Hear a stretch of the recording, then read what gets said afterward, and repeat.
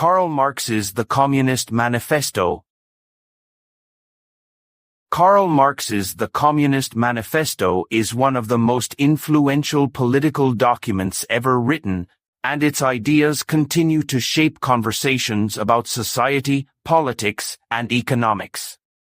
Written in 1848 by Karl Marx and Friedrich Engels, this manifesto was a call to action for the working class, urging them to unite and challenge the systems that kept them oppressed. To understand it, we need to break down its central ideas in a way that makes sense for everyone, regardless of their background in philosophy or politics. Marx began by explaining that throughout history, society has always been divided into classes. These classes are usually defined by who controls the resources and means of production, like factories and land.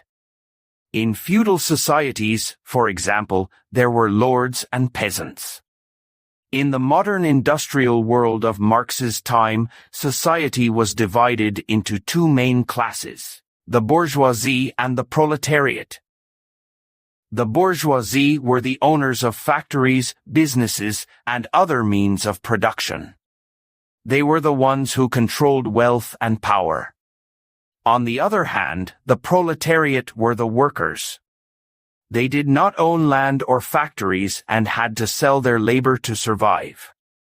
This system, Marx argued, was inherently unfair because the bourgeoisie benefited from the labor of the proletariat without fairly compensating them.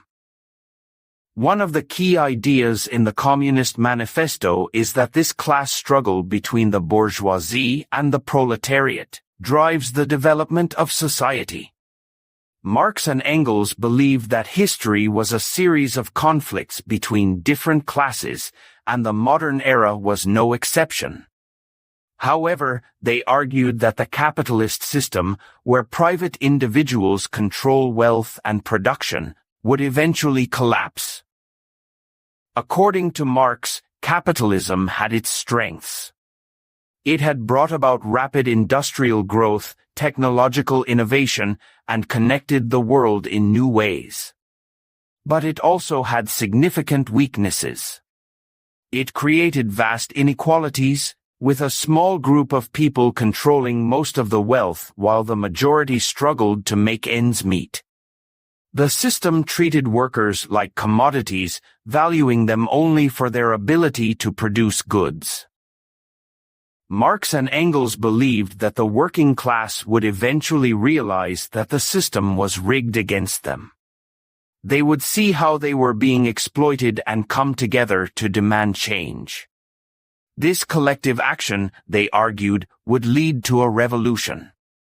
In this revolution, the working class would overthrow the bourgeoisie and establish a society where resources and production were shared, for the benefit of everyone.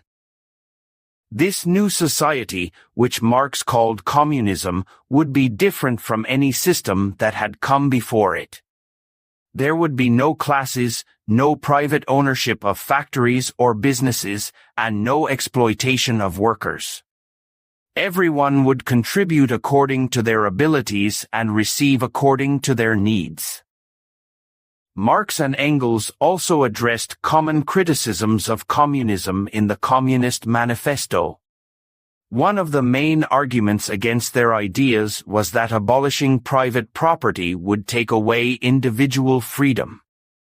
Marx responded by saying that in capitalist societies, the vast majority of people did not truly own anything significant. Most private property was already concentrated in the hands of the bourgeoisie. He argued that communism would actually give more people access to the resources they needed to live fulfilling lives. Another criticism was that communism would destroy traditional family structures and values.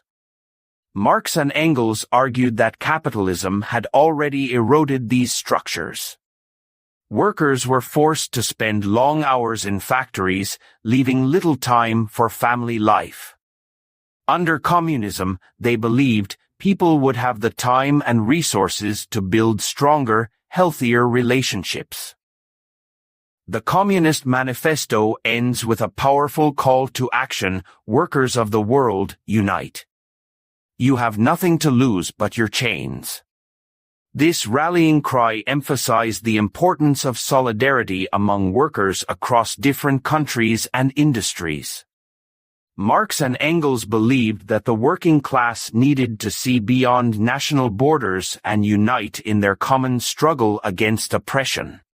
It is important to note that while the Communist Manifesto is a revolutionary document, it is also a reflection of its time. Marx and Engels were writing in the midst of rapid industrialization and significant social upheaval. Many of the specific conditions they described have changed, but the broader themes of inequality, exploitation, and the struggle for justice continue to resonate today. People have interpreted and applied Marx's ideas in many different ways.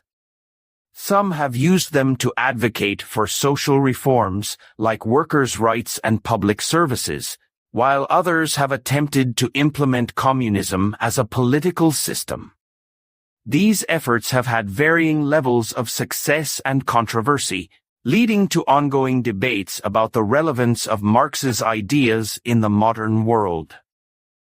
Understanding the Communist Manifesto helps us see the bigger picture of how societies function and how power and resources are distributed. Whether or not one agrees with Marx's conclusions, his analysis of capitalism and its impact on society remains a valuable tool for thinking critically about the world around us. If you enjoyed this discussion and want to learn more about important social and political ideas, please like this video, share it with others, and subscribe to our channel. Your support helps us bring more insightful content to you and others who are curious about the world. Thank you.